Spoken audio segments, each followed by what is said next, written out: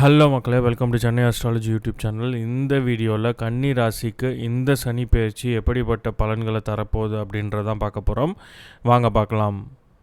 கன்னி ராசிக்கு உங்கள் ராசிக்கு 7வது இடத்துக்கு சனி பயிற்சி ஆகிறாரு. இவ்வளோ நாள் உங்கள் 6வது இடத்துல சனி இருந்தார். பிஸ்னஸ் பண்ணுறவங்களுக்கு பிஸ்னஸ் டல்லாக தாங்க போகும், பிஸ்னஸ் மந்தமாக போகும். புதுசாக எதுவும் பிஸ்னஸ் தொடங்குகிற காலகட்டம் இது இல்லை. கூட்டு தொழில் பண்ணுறவங்களுக்கு உங்களோட பிஸ்னஸ் பார்ட்னர் ஒத்துழைக்க மாட்டாங்க. நீங்கள் ஒன்று சொல்லுவீங்க, அவங்க ஒன்று சொல்லுவாங்க. பிஸ்னஸ் டேர்ம்ஸ்க்கு ஒத்து வர மாட்டாங்க. ஸோ அதனால் புது பிஸ்னஸ் ஏதாவது ஆரம்பிக்கிறீங்க அப்படின்னா ஒரு 5-6 பேரை சேர்த்துக்கிட்டு ரொம்ப ரொம்ப கேர்ஃபுல்லாக அதை அணுகுங்க. முடிஞ்ச அளவு புதுசாக எதுவும் பிஸ்னஸ் ஆரம்பிக்காமல் இருக்கிறது நல்லது. பட் அப்ராட் இம்போர்ட் எக்ஸ்போர்ட் பண்ணுறவங்களுக்கு நல்லாயிருக்கும். பிஸ்னஸ் வருவாய் அதிகரிக்கும். அதாவது வெளிநாடு தொடர்பு ஏதாவது இருந்தது அப்படின்னா உங்கள் பிஸ்னஸில் நல்லாயிருக்கும். இல்லை உள்ளூர்லேயே தான் நான் பிஸ்னஸ் பண்ணுறேன், எனக்கும் வெளிநாட்டுக்கும் எந்த சம்மந்தமும் இல்லை அப்படின்னா உங்களுக்கு பிஸ்னஸ் டல்லாக தாங்க போகும். இம்போர்ட் எக்ஸ்போர்ட் பண்ணுறவங்க, வெளிநாட்டில் டீலிங் வச்சுட்டு பிஸ்னஸ் பண்ணுறவங்க, இவங்களுக்கெல்லாம் புது பிஸ்னஸ் டீல் வந்தாலும் அதை ரொம்ப கேர்ஃபுல்லாக அசஸ் பண்ணி இது நமக்கு ஒத்து வருமா, ஒத்து வராதா, அகலக்கால் வைக்கிறோமா, இல்லை இது செட் ஆகுமா, எல்லாத்தையும் பார்த்து ஒரு ஆள் சேர்த்துட்டு நீங்கள் பிஸ்னஸ் பண்ண போகிறீங்கன்னா அவரை பற்றி ஃபுல்லாக தெரிஞ்சுக்கோங்க. அவசரப்பட்டு புது பிஸ்னஸில் இறங்காதீங்க. புதுசாக பிஸ்னஸ் வாய்ப்பு வந்தாலுமே அவசரப்பட்டு எந்த முடிவும் எடுக்காதீங்க. எதாக இருந்தாலும் லாங் டேர்மாக யோசிங்க. மற்றபடி இருக்கிற பிஸ்னஸே நல்லா தான் போகுது அப்படின்னா அதை அப்படியே ஸ்மூத்தாக கொண்டு போயிடுங்க. உங்கள் பார்ட்னரோட ஹெல்த் கொஞ்சம் அஃபெக்ட் ஆகலாம். உங்கள் கணவன் அல்லது மனைவி அவங்களுக்கு உடல் உபாதைகள், உடம்புல சின்ன சின்ன பிரச்சனை, மூட்டு வலி, கால் வலி, இல்லை தலைவலி, ஜுரம், இந்த மாதிரி அடிக்கடி உடம்பு சரியில்லாமல் போகலாம்.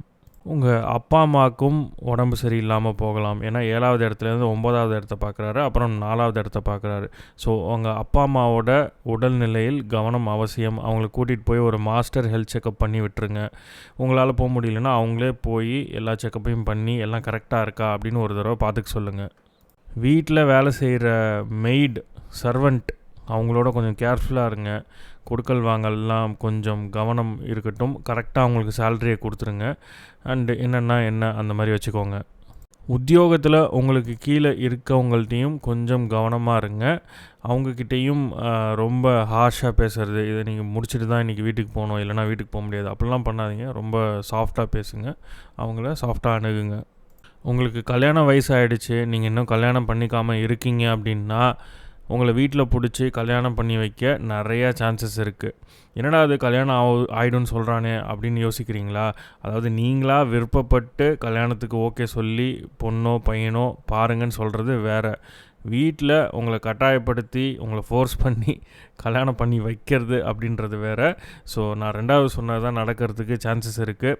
30 வயசு ஆகுது, கல்யாணம் ஆகாமல் இருக்கீங்க, வீட்டில் எவ்வளோ நாள் உங்களை சும்மா விட்டுட்டாங்க அப்படின்னா இதுக்கப்புறம் சொசைட்டி, உங்கள் ரிலேட்டிவ்ஸ் எல்லாருமே உங்களை ஃபோர்ஸ் பண்ணி நீ கல்யாணம் பண்ணியே தான் ஆகணும் அப்படின்னு சொல்லி உங்களை கல்யாணம் பண்ணி வைக்கிறதுக்கு நிறையா வாய்ப்புகள் உண்டு. ஆல்ரெடி கல்யாணம் ஆன கப்புள்ஸ், கணவன் மனைவி, நீங்களும் ஒத்துமையாக இருங்க. ஏன்னா it's a challenging period. It's not going to be easy. அதனால் சண்டை போட்டுக்காதீங்க. Communication is the key. எதாக இருந்தாலும் ஓப்பனாக பேசிடுங்க. அரேஞ்ச் மேரேஜ் ஆகி 1 வருஷம்தான் ஆகுது அப்படின்னா கணவனோ மனைவியோ உங்கள் பார்ட்னர்கிட்ட எதையுமே மறைக்காதீங்க. ஓப்பனாக எல்லாத்தையுமே சொல்லிவிடுங்க. இவ்வளோ நாள் எதாவது மறைச்சிருந்தீங்க அப்படின்னா அந்த உண்மை வெளில வந்துடும். ஏன்னா சனி 7வது இடத்துல வரும்போது. So try to be honest with your partner. எதாக இருந்தாலும் ஓப்பனாக சொல்லிவிடுங்க. ஓப்பனாக சொல்லனா தான் பிரச்சனை வரும். ஸோ அதை மட்டும் பார்த்துக்கோங்க.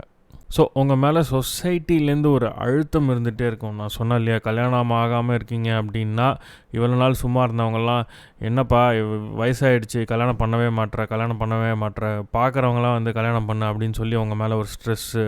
இல்லை கல்யாணம் எனக்கு ஆயிடுச்சு அப்படின்னா உங்களை பற்றி எல்லாருமே வெளியில் வேறு விதமாக பேசுறது, அவங்களுக்குள்ள சண்டையாமே அப்படின்னு சொல்லி புரணி பேசுறது, உங்கள் மேலே ஒரு அழுத்தம் இருந்துகிட்டே இருக்கும் இந்த சொசைட்டிலேருந்து.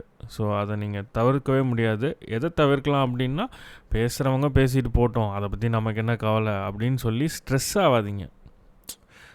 ஊர் வாயை நம்ம அடைக்க முடியாது. ஸோ இதெல்லாம் நீங்கள் யோசிச்சிங்க அப்படின்னா நீங்கள் தான் ஸ்ட்ரெஸ் ஆவீங்க. ஸோ அந்த மாதிரி ஒரு காலகட்டம் தான் இது. ஸோ உங்கள் ரொட்டீனை பக்காவாக மெயின்டைன் பண்ணுங்கள். மெடிடேஷன், யோகாலாம் பண்ணிங்கன்னா இந்த மாதிரி சின்ன சின்ன ஸ்ட்ரெஸ்லேருந்து நம்ம தப்பிச்சிக்கலாம். ஸோ ஓவராலாகவே உங்கள் ரிலேஷன்ஷிப் ஏரியாவில் ஒரு ஸ்ட்ரெஸ் இருக்கும். கல்யாணம் ஆயிடுச்சு, உங்களுக்கு கணவன் மனைவி இருக்கீங்கன்னா அதில் ஒரு ஸ்ட்ரெஸ் இருக்கும். பிஸ்னஸ் வந்து கொஞ்சம் மந்தமாக போகும். வெளிநாட்டு தொடர்பு இருக்குன்னா உங்களுக்கு பிஸ்னஸ் வந்துட்டு நல்லா போகும். வேலை செய்கிற இடத்துலையுமே ஒரு மந்தம், கலீஸ் கிட்டலாம் நீங்கள் பார்த்துருக்கணும். கூட வேலை செய்கிறவங்க, அதாவது அவங்கக்கிட்டலாம் நீங்கள் பார்த்து நடந்துக்கணும். ஸோ ஓவராலாக ஒரு சுமாரான டிரான்சிட் அப்படின்னே சொல்லலாம். இவ்வளோ நாள் உங்கள் ராசிக்கு 6வது இடத்துல சனி இருந்தார். அப்போ வந்துட்டு வாரி வழங்கியிருப்பார். ஸோ இந்த டிரான்சிட்டை பொறுத்த வரைக்கும் உங்களுக்கு இந்தந்த விஷயத்தெல்லாம் நீங்கள் கவனமாக இருக்கணும். அதாவது நான் சொன்ன விஷயத்தெல்லாம் நீங்கள் கவனமாக இருக்கணும். ஸ்டூடெண்ட்ஸ் ரொம்ப ரொம்ப கவனமாக இருக்கணும். ஏன்னா 9th house aspect and 4th house aspect இருக்குது. நீங்கள் படிக்கணும்னு நினச்சாலும் படிக்க முடியாது. வீட்டில் சூழ்நிலை அந்த மாதிரி அமையலாம். ஒரு மாதிரி ஸ்ட்ரெஸ்ஃபுல்லாக இருக்கும். என்னடா நம்ம நினச்சதை படிக்க முடியலையே அப்படின்னு சொல்லி. ஸோ என்ன பண்ணுங்க அப்படின்னா, உங்களுக்குன்னு தனியாக ஒரு ஸ்பேஸை உருவாக்கிக்கோங்க. ஆல்ரெடி உங்களுக்கு ஸ்டடி ரூம் இருக்குன்னா சூப்பர். இல்லை ஸ்டடி ரூம் இல்லைன்னா ரொம்ப ரொம்ப கஷ்டம். ஏகப்பட்ட டிஸ்டர்பன்சஸ் வந்து உங்களுக்கு இருக்கும். திடீர்னு வீட்டுக்கு யாராவது வருவாங்க, அம்மா வந்துட்டு அதை போய் வாங்கிட்டு வா, இதை வாங்கிட்டு வான்னு சொல்லுவாங்க. இல்லைனா ஃப்ரெண்ட்ஸ் உங்களை படிக்க விடாமல் பண்ணுறது, இல்லை நீங்களே வீடியோ கேம்ஸு யூடியூப்னு பார்க்குறது, இன்ஸ்டாகிராம் ரீல்ஸ் பார்க்குறது, இந்த மாதிரி 1008 டிஸ்ட்ராக்ஷன்ஸ் உங்களுக்கு இருக்கும். ஸோ மெயினாக நீங்கள் ஃபோக்கஸ் பண்ணணும். ரூமுக்கு போய் கதவை சாத்திக்கிட்டீங்க அப்படின்னா ஒரு 2 மணி நேரம் 3 மணி நேரத்துக்கு வெளில வரக்கூடாது. அப்படி இருந்து ஃபோக்கஸ்டாக படித்தா தான் உண்டு. இல்லைனா ரொம்ப ரொம்ப கஷ்டம். Be careful. Focus on your studies. 4th house 9th house higher ஸ்டடீஸாக இருக்கட்டும், இல்லை school 5th 9th 10th 12th college படிக்கிறவங்களாக இருக்கட்டும், studies is going to be a difficult one. வெளிநாடு போய் படிக்கணும்னு ஆசைப்படுறவங்களுக்கு இது ஒரு நல்ல டைம் அப்படின்னே சொல்லலாம். நீங்கள் என்ன யூனிவர்சிட்டின்னு சூஸ் பண்ணி இந்த டோஃபல் அதை ஐஎல்ஸ்லாம் எழுதி நீங்கள் வந்து லோன்லாம் வந்துட்டு அப்ளை பண்ணிங்க அப்படின்னா ஒரு சில தடை தாமதங்கள் இருக்கும். பட் எல்லாத்தையும் தாண்டி உங்களுக்கு அட்மிஷன் கிடைக்கும். நீங்கள் போய் படிக்கலாம். உத்தியோகத்தில் இருக்கவங்களுக்கும் அப்ராட் ஆப்பர்ச்சுனிட்டிஸ் கிடைக்கிறதுக்கு சான்சஸ் இருக்குது. பட் அதுலேயுமே இம்மிடியேட்டாலாம் கிடைக்காது. ஒரு தடை தாமதம் இருக்கும். அதை தாண்டி தான் வந்துட்டு நீங்கள் ஹார்ட் ஒர்க் பண்ணிங்கன்னா கிடைக்குங்க. இருக்கிற இடத்துலேருந்து வேறு இடத்துக்கு மாறுற மாதிரி ஒரு சுச்சுவேஷன் அமையலாம். ஒரு இடத்துல இருக்கீங்கன்னா, சொந்த வீடாக இருந்தாலும் அந்த வீடை வாடகைக்கு விட்டுட்டு வேறு ஒரு இடத்துக்கு போகிற மாதிரி, இல்லை கம்ப்ளீட்டாக ட்ரான்ஸ்ஃபர் கிடச்சி வேறு ஒரு இடத்துக்கு மூவின் ஆகி அங்கே வீடு எடுத்து வாடகைக்கு இருக்கிற மாதிரி, இந்த மாதிரி ஒரு சுச்சுவேஷன் அமையலாம். வீட்டில் உங்கள் வண்டி வாகனங்கள் சிறிதாக பழுதடையலாம். ஏதாவது சின்ன சின்ன ரிப்பேர்ஸ் வரலாம். இந்த சனி பயிற்சி, குரு பயிற்சி எல்லாமே ஒரு 10 to 20% தான் நீங்கள் எடுத்துக்கணும். உங்களுக்கு சுய ஜாதகத்தில் நல்ல தசை போயிட்டுருக்கு அப்படின்னா நீங்கள் இதை பற்றி கவலைப்படவே வேணாம். பட் தசாபுக்தியும் சரியில்லை அப்படின்னா தான் 20+20 ஒரு 50% வந்துட்டு நமக்கு பேட் டைம் அந்த மாதிரி வந்துடும். அப்போ தான் நம்ம கஷ்டப்படுவோம்.